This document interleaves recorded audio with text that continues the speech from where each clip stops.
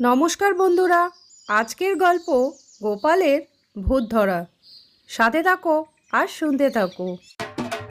শোনো শোনো শোনো, আমাদের মহারাজা ঘোষণা দিয়েছেন যে ভূত ধরে আনবে তার জন্য বিরাট পুরস্কার আছে। চতুর্দিক থেকে সবাই ছুটে এসে মহারাজের পাঠানো ঘোষণা শুনে যে যার মতো চলে গেল। আজ থেকে অনেক অনেক বছর আগের কথা।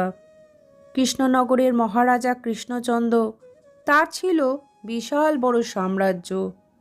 সাম্রাজ্যের সঙ্গে পাল্লা দিয়ে ছিল একটা বিরাট মন। দেশের মানুষ অনেক সুখ শান্তিতে বসবাস করছিল। কিন্তু হঠাৎ একদিন মহারাজার মাথায় এলো এক অদ্ভুত ভাবনা।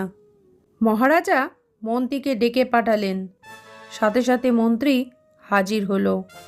মহারাজ হুকুম করলেন, মন্ত্রী মশাই, রাজ্য থেকে একটা ভূত ধরে আমার সামনে হাজির করুন।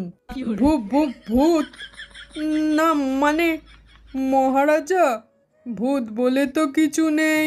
মহারাজা প্রচণ্ড রাগে গর্জন করে উঠলেন। কে বললো ভূত বলে কিছু নেই? মন্ত্রী ভয়ে কাঁপা কাঁপা গলায় বলে উঠল, ইয়ে মানে মহারাজ, সবাই তো এটাই জানে। মহারাজ আবার হুঙ্কার দিলেন। সবাই কিভাবে জানলো